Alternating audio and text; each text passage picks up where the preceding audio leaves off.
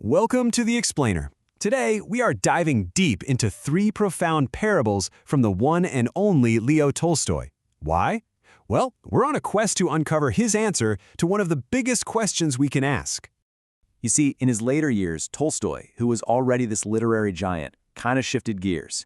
He moved away from those epic novels and started writing these simple but incredibly powerful stories. And they weren't just for entertainment, not at all. They were his way of trying to answer some really complex spiritual and moral questions for everyone. So let's just jump right into it, shall we? We're going to follow the central quest from the first story, which actually gives our whole explainer its name, What Men Live By. Okay, so our journey begins with an angel. His name is Mikhail, and he's in big trouble. After disobeying God, he gets punished, cast out of heaven, and sent to earth to live as a mortal man, totally stripped of everything. He's found naked and freezing by a poor shoemaker named Semyon, and right away Mikhail is given this divine mission. It's all summed up right here. He has to live among humans until he can figure out the answers to these three fundamental truths. Only then can he return to heaven. So, these three questions, they're basically the pillars of Mikhail's entire journey on Earth, and they're also going to be our roadmap for getting to the heart of Tolstoy's philosophy. So let's just take them one by one. The first lesson comes, pretty quickly. When Semyon brings this silent stranger home, his wife Matryona is absolutely furious. I mean, they have nothing. Their very last piece of bread is sitting on the table. But then, as she looks at Mikhail, something changes. Her anger just melts away into compassion. She gives him food, she gives him clothing, and in that moment of totally unexpected kindness, Mikhail smiles for the very first time. And in that single smile, he understands the first truth. What dwells inside every single person, even if it's buried deep under layers of anger or fear or selfishness, is love. So a year goes by. Then one day, this huge, rich nobleman just bursts into the little shoemaker's hut. He's arrogant, he's demanding, and he throws down this expensive leather for a pair of boots that he insists must not wear out for a whole year. But as this guy is boasting about all his plans, Mikhail sees something that no one else can. The angel of death, standing right behind him. And this is where we see this just profound disconnect between what we think we need and what's really happening. Mikhail completely ignores the order for these durable boots. Instead, he starts cutting the leather to make simple funeral slippers. Semyon is horrified, obviously, but just as he's yelling at Mikhail, the nobleman's servant rushes in. His master just died, suddenly, in his carriage, and now he needs slippers for a corpse.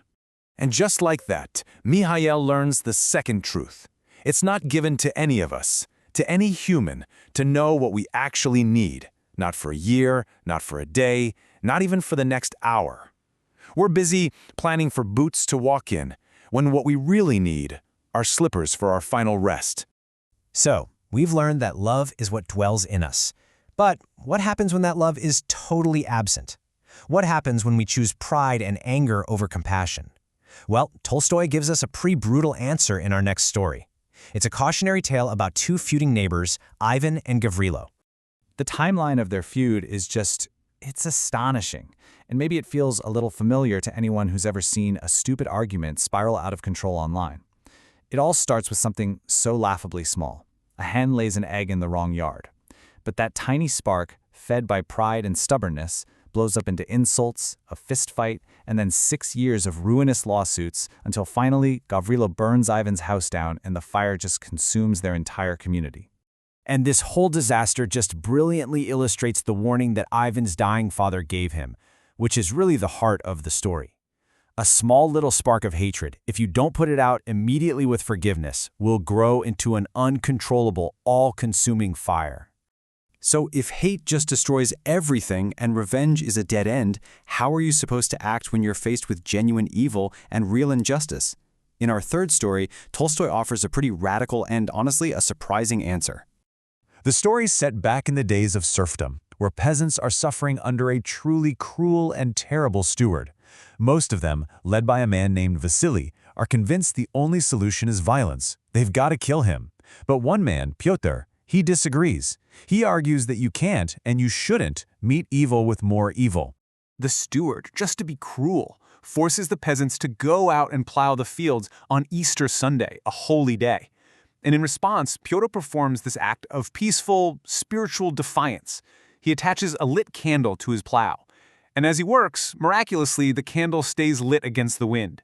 It's this powerful symbol that his faith, his spirit, cannot be extinguished by oppression. You could even say it's an early vision of nonviolent resistance. And you know what? Pyotr's quiet resistance has this incredibly powerful effect. The steward, a guy who thrives on confrontation and violence, is totally unnerved by this act that he can't punish or even understand. He becomes consumed by fear, by paranoia, and in the end, he dies in a freak accident. The evil essentially destroys itself when it's met not with violence, but with unshakable faith. Okay, so how do these three very different tales of an angel, a bitter feud, and a single candle all come together to finally answer our central question? Let's connect all the pieces. The final truth, the answer to what men live by, is revealed to Mikhail years later. A woman comes into the shop with her two young daughters, and one of them has a limp. She tells their story. They were orphaned at birth when their mother died, and she, a total stranger, just a neighbor, took them in and raised them as her own. And in that moment, Mikhail recognizes them. They are the very children whose mother's soul he had been sent to take all those years ago.